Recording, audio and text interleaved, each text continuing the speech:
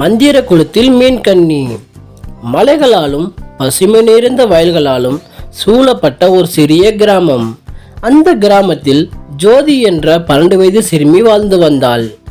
ஜோதி மிகுந்த பாசமுள்ள மனம் கொண்டவள். கிராமத்தில் யாருக்காவது உதவி தேவைப்பட்டால் அவள் முதலில் ஓடி செல்வாள். அவள் அம்மாவிடம் சேர்ந்து காய்கறி தோட்டத்தில் வேலை செய்வாள். பசுகளுக்கு புல் கொண்டு வந்து போடுவாள். பறவைகளுக்கு தானியங்கள் வைப்பாள்.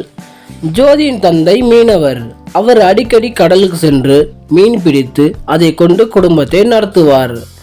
கிராமத்தில் எல்லோரும் ஜோதியை பாராட்டுவார்கள்.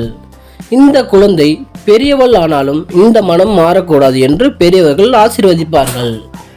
ஒரு நாள் காலை ஜோதி அம்மா சொன்னாங்க, ஜோதி தோட்டத்திற்கு சென்று பழம் காய்கறிகள் கொண்டு வா, இன்று வீட்டிற்கு விருந்தினர்கள் வருகிறார்கள் என்று. ஜோதி ஒரு சிறிய கூடை எடுத்துக்கொண்டு தோட்டம் நோக்கி புறப்பட்டாள். பறவைகளின் சத்தம் சற்று வித்தியாசமாக ஒலித்தது. காற்று பலமாக வீசியது. காட்டின் வழியே தோட்டத்திற்கு சென்றபோது வழக்கத்தை விட மர்மமான சூழல் நிலவியது.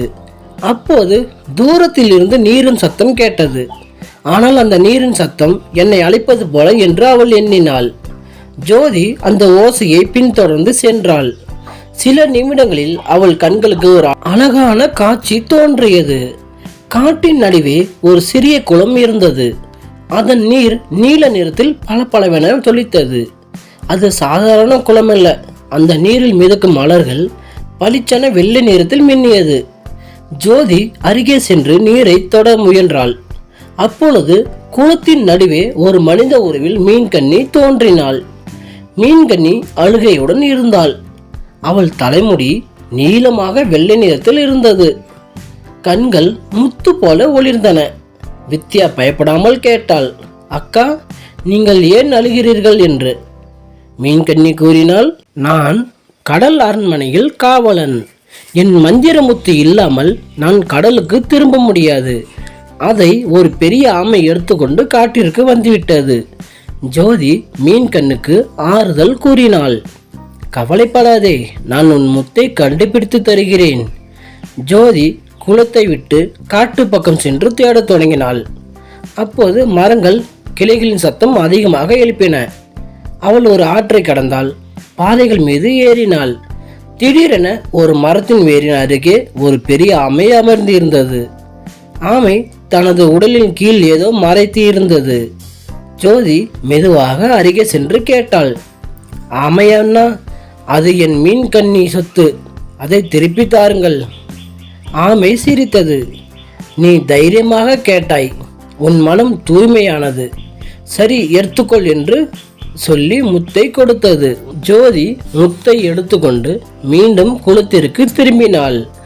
மீன்கண்ணி மகிழ்ச்சியுடன் முத்தை கையில் எடுத்துக்கொண்டாள். அந்த நேரத்தில் குளம் முழுவதும் பொன், வெள்ளி, நீல நிறங்களில் ஒளிர்ந்தது. மீன்கண்ணி சொன்னாள், ஜோதி, நீ என் உயிரை காப்பாற்றினாய். உனக்காக ஒரு பரிசு தர விரும்புகிறேன்.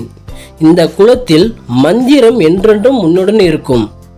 நீ நினைக்கும் நல்ல ஆசைகள் அனைத்தும் நனவாகும். ஜோதி அந்த மந்திரத்தை தனது நலனுக்காக அல்ல, கிராமத்துக்காக பயன்படுத்தினாள். வறட்சியில் மழை வர செய்தால், உணவு இல்லாத குடும்பங்களுக்கு உணவு தந்தால், நோயுற்றவர்களுக்கு மருந்து கிடைக்க செய்தாள். கிராம மக்கள் அவளை மந்திர ஜோதி என்று அழைத்தார்கள். ஜோதி புரிந்து கொண்டாள், மந்திரம் பொருளில் இல்லை, அது மனதில் இருக்கிறது. நல்ல மனமும் பகிர்ந்த மனமும் இருந்தால் அதுதான் உண்மையான மந்திரம். அந்த மந்திர குளம் இன்று வரை காட்டின் நடுவே அமைதியாக இருக்கிறது என்று சொல்வார்கள். நல்ல மனம் கொண்டவர்களுக்கு மட்டும் அது பாதையே திறக்கும்.